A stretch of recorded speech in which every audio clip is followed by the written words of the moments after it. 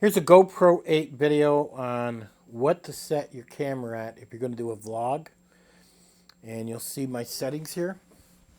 I'm setting it at 4K for 30 frames a second.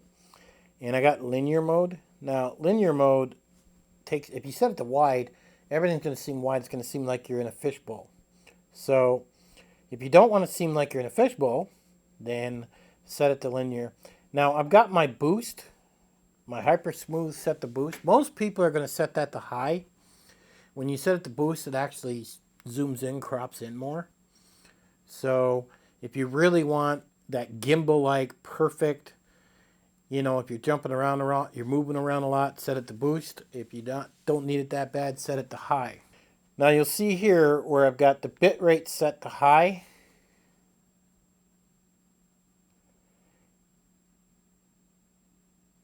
You'll see here where I've got the bit rate set to high, shutter auto, and the EV comp. Now, if you plan to do some color correction in your posts, like Power Director or whatever video editor program you use, you could probably set that to 0.05, and that would give you a little bit more control. But if you don't, if you're going to set it to GoPro colors, then I would just set that to 0, is what you got.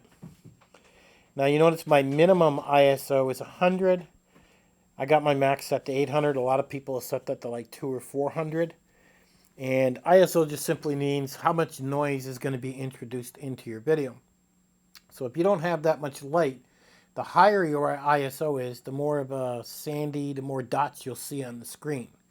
More of a grainy look.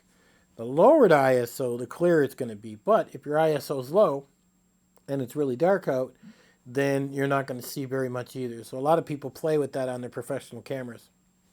I've got mine set to 800 because I figure ISO 800 is pretty good. I don't think it's going to produce that much grainy look, but as time goes on, I may lower that more. Okay, now you notice here I've got the sharpness set to high, the color to GoPro.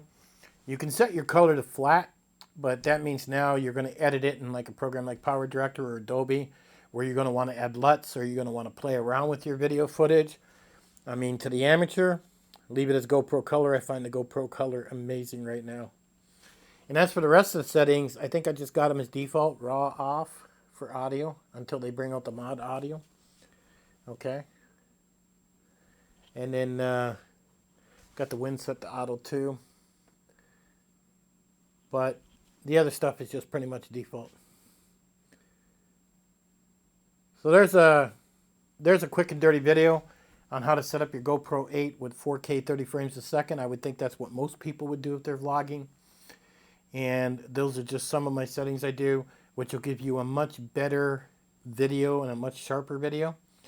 And you'll pretty much be ready to go. At any rate, guys, I'll catch you on the next one.